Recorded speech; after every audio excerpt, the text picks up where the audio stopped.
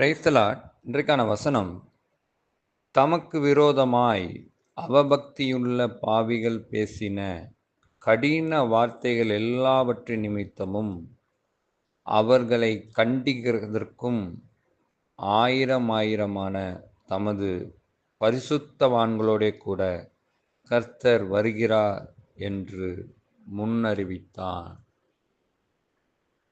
இதை முன்னறிவித்தது யாரு? ஏனோக்கு. ஏனோக்கின் காலகட்டம் ஆரம்ப காலகட்டம். ஆதியாகமத்தில் ஏனோக்கு வாழ்ந்தார். அந்த காலகட்டம் கிட்டத்தட்ட 5000 வருடங்களுக்கு முன்பாக. அந்த காலகட்டத்தில் இருந்த ஏனோக்கு என்ன அறிவிக்கிறாரு? முன்னறிவிக்கிறது என்ன? அவர் நியாயம் தீர்க்க போகிறார். அவர் 1000 பரிசுத்தவான்களோடே வரப்போகிறார் அப்படின்னு முன்னறிவித்தார். எதனால? அவிசுவாசமா அவருக்கு கர்த்தருக்கு விரோதமாக பாவிகள் பேசின அந்த கடின வார்த்தைகளுக்கு. வேதத்திலே இருக்கு, மனுஷகுமாரனுக்கு விரோதமாக பேசினா கூட மன்னிக்கப்படும், ஆவியானவருக்கு விரோதமாக பேசுறது இன்மையிலும் மறுமையிலும் மன்னிக்கப்படாதுன்னு. ஆனாலும் ஆண்டவர் சொல்றாரு, அவனுடன் கூடிய பலன் என்னுடனே கூட வருகிறது. அவனவன் செய்கைக்கு தக்க பலன் என்னுடனே கூட வருகிறது. அவர் நியாயம் தீர்க்க போகிறார். கர்த்தருக்கு விரோதமாக நாம் பேசிக்கிட்டு இருந்தோம் அப்படின்னா இன்றே மனம் திரும்புவோம். நம்ம வாழ்க்கை சூழ்நிலையை பார்த்து, நான் இயேசுவை ஏற்றுக்கொண்டேன், ஆனால் என் வாழ்க்கையில் ஒரு நிம்மதி இல்லை, சமாதானம் இல்லை, சந்தோஷம் இல்லை, எப்போ பார்த்தாலும் உபத்திரவத்துக்குள்ளேயே கடந்து போயிட்டுருக்கிறேன், இந்த வாழ்க்கையே எனக்கு பிடிக்கல, நான் உலக வாழ்க்கையில் இருக்கும்போது சந்தோஷமாக இருந்தேன், நான் நினச்சதை செஞ்சேன், இஷ்டப்படி வாழ்ந்தேன், எனக்கு எந்த கண்ட்ரோலும் கிடையாது, நல்லா இருந்துச்சு வாழ்க்கை. ஆனால் இயேசுவை ஏற்றுக்கொண்ட பிறகு அநேக கட்டுப்பாடுகள். இப்படி தான் வாழணும், இப்படி தான் இருக்கணும், இப்படி தான் பேசணும், இப்படி தான் பழகணும் அப்படின்னு கட்டுப்பாடு. சரி, அதன்படி நான் வாழ்கிறேன், இருந்தாலும் என்னால் ஒரு நிம்மதியாக வாழ முடியல. இயேசு இருந்தால் அப்படி நடக்குமா? அவர் ஆண்டவர் தானா? அவர் ஆண்டவர்னா ஏன் என் வாழ்க்கையில் இப்படியெல்லாம் நடக்குது அப்படின்னு பேசக்கூடாது. யாராவது பேசியிருந்தா ஆண்டவரிடத்தில் இன்றைக்கே மன்னிப்பு கேளுங்க. அதான் வசனம் சொல்லுது, அவிசுவாசிகள் பாவிகள் பேசின கடின வார்த்தை அதற்கு நியாயம் தீர்க்கிறதற்கு அவர் வருகிறார் என்று. அதனால் நம்ம ரொம்ப கவனமாக இருக்கணும். உலக வாழ்க்கை இன்பமாக தான் இருக்கும், உலக வாழ்க்கை சுகமாக தான் இருக்கும். ஏன்னா அங்கே எந்த கட்டுப்பாடுமே கிடையாது, எந்த ஒரு வரையறையுமே கிடையாது. எப்படி வேணால் வாழலாம், எப்படி வேணால் இருக்கலாம், என்ன வேணால் செய்யலாம் அப்படின்னு ஒரு வாழ்க்கை அது. ஆனால் ஆண்டவர் நம்மை அழைத்திருக்கிற வாழ்க்கை ஒரு நீதியுடனும் உண்மையுடனும் சத்தியத்துடனும் ஒழுக்கத்துடனும் பரிசுத்தத்துடனும் வாழ்கிற வாழ்க்கை. கொஞ்ச காலம் நீங்கள் பாடு அனுபவிப்பீங்க, அதை சந்தோஷமாக ஏற்றுக்கொள்ளுங்க. பாடுகள் வழியாக நம்முடைய வாழ்க்கை கடந்து போகுதுன்னா சந்தோஷமாக ஏற்றுக்கொள்ளுங்க.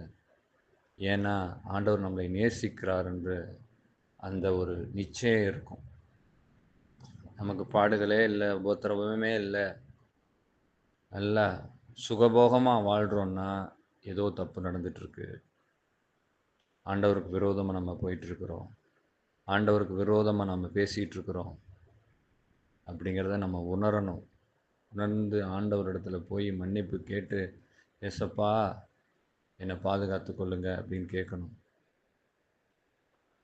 இன்றைக்கி கிறிஸ்தவர்களுக்குள்ளேயே இயேசு கிறிஸ்து கடவுள் இல்லை, அவர் தீர்க்கதரிசி அப்படின்னு சொல்லி ஒரு குரூப் எழும்பியிருக்கு. யெகோவா விட்னஸ்ன்னு சொல்லி, பிதா ஒருவர் தான் தேவன் சொல்லி. அவங்களாம் பின்னாடி கணக்கு கொடுக்கணும். தேவன் பார்த்துட்ருக்கிறாரு. வேதம் சொல்லுது, பிதா குமாரன் பரிசுத்தாவி மூவரும் ஒருவரே. அவங்க தான் ஒரே தெய்வம், 3 விதமான கேரக்டரில் அவங்க இருக்கிறாங்க, 3 விதமான ஆள் தத்துவத்தில் அவங்க இருக்கிறாங்கன்னு. ஆனால் இந்த யெகோவா விட்னஸ்காரங்க என்ன பண்ணுறாங்க? பிதா ஒருவர் தான் தேவன் சொல்லிகிட்ருக்குறாங்க. இதே தான் ஆரம்ப காலகட்டங்களில், பழைய ஏற்பாட்டின் காலங்களில் யூதர்களும் ஃபாலோ பண்ணாங்க, இன்ன வரைக்கும் ஃபாலோ பண்ணிகிட்ருக்காங்க. இயேசு கிறிஸ்து மாம்சத்தில் வெளிப்பட்டு நான் தான் தெய்வம்னு சொல்லியும் அவங்க ஏற்றுக்கொள்ளாமல் அவரை சிலுவையில் அடித்து கொலை செய்து, அடுத்தபடியாக அவங்க என்ன நினைக்கிறாங்க அப்படின்னா, மேசியா வருவார்னு சொல்லிட்டு, இப்போது நீங்கள் பார்த்தீங்கன்னா தெரியும், அந்த சுவரில் போய் தலையை முட்டிக்கிட்டு ப்ரேயர் பண்ணிக்கிட்டு இருக்கிறாங்க. எப்படி வருவார்? அவர் நியாயம் தீர்க்க போகிற மாதிரி வரப்போகிறார். சும்மா முன்னாடி வந்த மாதிரி மனுஷகுமாரனாக வந்துட்டு ஏழ்மையின் ரூபம் எடுத்து, தாழ்மையின் ரூபம் எடுத்து, மாட்டுக்குட்டிலில் கிடத்தினது போல இருக்க மாட்டார்.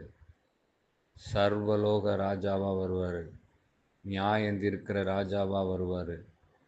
அந்த எருசலேமில் இந்த உலகம் முழுவதையும் ஆளப் போகிறவராக வருவார். அவர் ஒருவரே தெய்வமாக இருந்து இந்த உலகம் முழுவதையும் ஆளப் போகிறவராக வருவார்.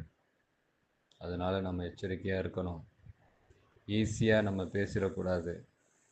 கர்த்தருக்கு விரோதமாய் முறுமுறுக்கிறவர்களுடைய நிலைமை ரொம்ப பாவம். இஸ்ரவேலர்கள் இதை தான் செஞ்சாங்க. நாங்கள் எகிப்தில் இருந்தோம், நாங்கள் நல்லா இருந்தோம், அங்கே இருக்க கொமிட்டிக்காய் நல்லா இருந்துச்சு, நாங்கள் நல்லா சாப்பிட்டோம். எவ்வளோ ஒரு கொடுமை! அங்கே நல்லாவா இருந்தாங்க? அடிமைத்தனத்தில் இருந்தாங்க, அரை வயிறு கால் வயிறு சாப்பிட்டுக்கிட்டு. ஆனால் அது அவங்களுக்கு நல்லா இருந்துச்சான். மோசேட்ட கேட்குறாங்க, இங்கேங்க எங்களை அழைச்சிட்டு வந்தீங்க, எங்களை கொல்ல பார்க்குறீங்களா? எங்களுக்கு ஒன்றுமே இல்லை, எங்களுக்கு சாப்பாடு இல்லை, எங்களுக்கு மாம்சம் இல்லை, எங்களுக்கு அது இல்லை, எங்களுக்கு இது இல்லை. முறுமுறுப்பு, கர்த்தருக்கு விரோதமாய் முறுமுறுத்துக்கிட்டு இருந்தாங்க. எகிப்திலேருந்து புறப்பட்டு வந்தவங்க கிட்டத்தட்ட 6 லட்சம் புருஷர்கள், ஸ்திரீகள், பிள்ளைகள்னு சேர்த்து கிட்டத்தட்ட 20 லட்சத்துக்கு மேலே, 25 லட்சத்துக்கு மேலே இருந்திருக்கலாம்.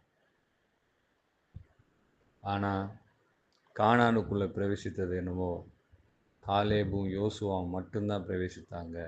இந்த டீனேஜ் பிள்ளைகள் பிரவேசித்தாங்க. மற்ற எல்லாரும் வனாந்திரத்திலே அழிந்து போனார்கள், கொன்று போடப்பட்டார்கள், கர்த்தரால் நியாயம் தீர்க்கப்பட்டார்கள். அதே நிலைமை தான் இன்றைக்கும். கிறிஸ்தவர்களாக இருக்கிற நாம் முறுமுறுக்கக்கூடாது. நம்ம வாழ்க்கை சூழ்நிலையை பார்த்து முறுமுறுக்கக்கூடாது. எவ்வளவோ ஆண்டவர் நமக்கு செய்திருக்கிறார். நாம் இன்றைக்கி ஜீவனோடு வாழ்கிறது அவருடைய கிருபை இல்லையா? அதுக்காக நம்ம ஆண்டவரை ஸ்தோத்தரிக்கணும். அதை விட்டுட்டு நம்ம முறுமுறுக்கிறோம். ஒரு சின்ன பிரச்சனை வாழ்க்கையில் வந்துருச்சுன்னா முறுமுறுப்பு, ஒரு சின்ன தேவை சந்திக்கப்படலைன்னா முறுமுறுப்பு. விரோதமாய் பேசுகிற வார்த்தைக்கு நியாயம் தீர்க்க வரப்போகிறார். இன்னும் ஒரு சிலர் என்ன சொல்கிறாங்க, அவர் ஃபாரின் கடவுள் அப்படின்னு சொல்லிட்டு இருக்கிறாங்க. இப்படிலாம் சொல்லாதீங்க. ஃபாரின் கடவுள்லாம் கிடையாது. இந்த உலகத்துக்கு அவர் தான் கடவுள். அவர் தோற்றம் அங்க. அவர் மூலமாகத்தான் இந்த உலகம் முழுவதும் கிறிஸ்தவர்கள் பரப்பப்பட்டிருக்கிறார்கள். அவருடைய சிஷ்யனாகிய தோமா கிபி 50லேயே தமிழ்நாட்டுக்கு, இந்தியாவுக்கு வந்துட்டார். அதனால் அவர் ஃபாரின் கடவுள், அந்த கடவுள், இந்த கடவுள்லாம் நம்ம சொல்லி தட்டி கழிக்க முடியாது. ஒன்று மட்டும் நிச்சயம், நீங்கள் எந்த அளவுக்கு இயேசுவுக்கு விரோதமாய் பேசுகிறீர்களோ, இயேசுவுக்கு விரோதமாய் செயல்படுகிறீர்களோ, அது மிகப்பெரிய பாதிப்பை உங்களுக்கு உண்டு பண்ணும், நமக்கு உண்டு பண்ணும். அதனால் ஒரு நாளும் நம்ம அப்படி பேசக்கூடாது. கர்த்தருக்கு விரோதமாய் பேசக்கூடாது. ஏன்னா அவர் நியாயம் தீர்க்க வருகிறார். அவர் ஒருவர் தான் நம்மளை நியாயம் தீர்க்க முடியும். மனிதர்கள் நியாயம் தீர்க்க முடியாது. அவர் தான் நம்ம நியாயம் தீர்ப்பார். அதே போல் இன்றைக்கி அந்நிய பாஷையை கிண்டல் பண்ணுறது, கேலி பண்ணுறது, இது என்னது அப்படின்னு சொல்லி உதாசீனப்படுத்துறது, கிறிஸ்தவர்கள் இதை செய்துட்ருக்குறாங்க. தயவு செய்து மனம் திரும்புங்க. ஆவியானவர் பேசுகிற வார்த்தைகள் அதெல்லாம். அதுக்கு விரோதமாக நீங்கள் பேசுனீங்க அப்படின்னா இன்மையிலும் மறுமையிலும் உங்களுக்கு மன்னிப்பே கிடையாதுன்னு ஆண்டவர் சொல்கிறாரு. அதனால் இப்படிப்பட்ட வார்த்தைகளை பேசாதீங்க. இயேசுவுக்கு விரோதமாய் பேசாதீங்க. அவிசுவாசத்திற்கு இடம் கொடுக்காதீங்க. எந்த ஒரு காரியத்தை பற்றி ப்ரேயர் பண்ணாலும் முழு விசுவாசத்துடன் ப்ரேயர் பண்ணுங்கள். இன்றைக்கி கிறிஸ்தவர்கள் அல்லாதவர்கள் அநேக ஆசீர்வாதங்களை பெற்றுக்கொள்கிறாங்க, அற்புதங்களையும் அடையாளங்களையும் பெற்றுக்கொள்கிறாங்க. ஏன்னா அவங்க முழு இருதயத்தோட, முழு விசுவாசத்தோட இயேசு தான் செய்வார், அவர் தான் மெய்யான தெய்வம் என்பதை முழுமையாக விசுவாசித்து கேட்கறதுனால அவங்களுக்கு எல்லா ஆசீர்வாதமும் எல்லா அற்புதங்களும் நடக்குது. ஆனால் கிறிஸ்தவர்களுக்குள்ளே பிரிந்திருக்கிறாங்க. ஒரு ஒற்றுமை இல்லை. வேதத்தின்படி எல்லாரும் ஒற்றுமையாக வாழணும். வேதத்தை சரியானபடி அறிந்து கொள்ளாதபடி அந்த வசனங்களை திரித்து ஒருவருக்கு ஏற்றார் போல அதை பேசி மற்றவர்களை வஞ்சித்து வாழ்ந்து கொண்டிருக்கிறவர்கள் இன்றைக்கி அநேகர் இருக்கிறாங்க. தயவு செய்து வேண்டாம். ஏசப்பாவுக்கு விரோதமாக செயல்படாதீங்க. முடிவு நியாய தீர்ப்பு, அதை மறந்துடக்கூடாது. அவர் 1000 பரிசுத்தவான்களோட நியாயம் தீர்க்க வருகிறார். காதுள்ளவர்கள் கேட்க கடவர்கள். ஆமேன்.